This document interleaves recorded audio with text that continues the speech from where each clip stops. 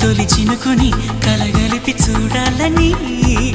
ఎవరికి అనిపించిన చూడొచ్చు నా చెలియని ఇన్నాళ్ళిలా తనొస్తాడని చూడాలట ప్రతి దారిని ఏ తోటలో తనందోనని ఎటు పంపను నా మనసుని